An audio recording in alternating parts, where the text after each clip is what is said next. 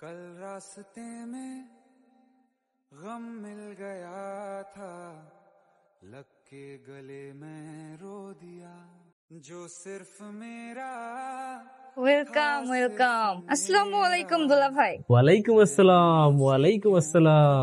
এই যে বেআই সাহেব, সালাম তো দুলা ভাইকে দিয়েছে, আপনি জবাব দিচ্ছেন কেন? আপনাদের দুলাভাইয়ের মুখে তো রুমাল, আমাদেরকেই দিতে হচ্ছে সামাল। তাই নাকি? তবে দেন না সামাল, কিন্তু দেখতে হবে আমাদের কামাল। নেন শরবতটা খান।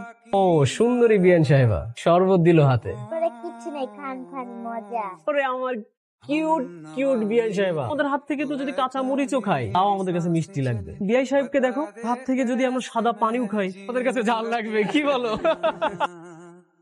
আচ্ছা তাই?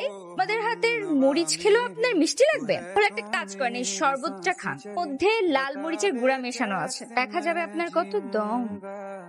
খাও। পুরোটাই খাবো? পুরোটাই খাবে। বিয়ান সাহেবা বলেছে এটাই হয়।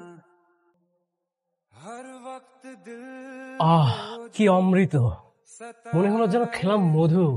এই যে হিরো আলমের খালাতো মানে চাচাতো ভাই, তবে আপনি যে ছন্দের সাথে ছন্দ মিলায় কথা বলতেছেন কোনো ছন্দই মিলতেছে না। বিয়ে বাড়িতে আসছেন, কবিতা আবৃত্তি করতে না, তাই করে নর্মাল ভাষায় কথা বলেন। আপু আপু দেখো না, ঝাল লাগছে। আরো খান ঝাল না শরবত? বের ঝাল লেগেছে আপনার?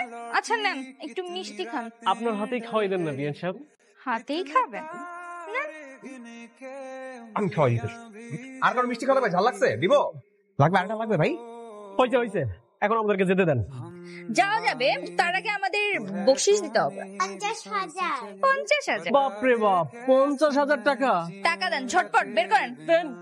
যা গাড়ি থেকে টাকার তোড়াটা নিয়ে আয়, নিয়ে এসে আমার সুন্দরী বিয়ান সাহেবাকে দিয়ে দে। এই নিন আমার সুন্দরী বিয়ান সাহেবা। দেখ, বা আপনাদের এই আইডিয়াটা কিন্তু আমার কাছে দারুণ লেগেছে। Wow, thank you so much. জি, এবার আপনারা ভেতরে যেতে পারেন।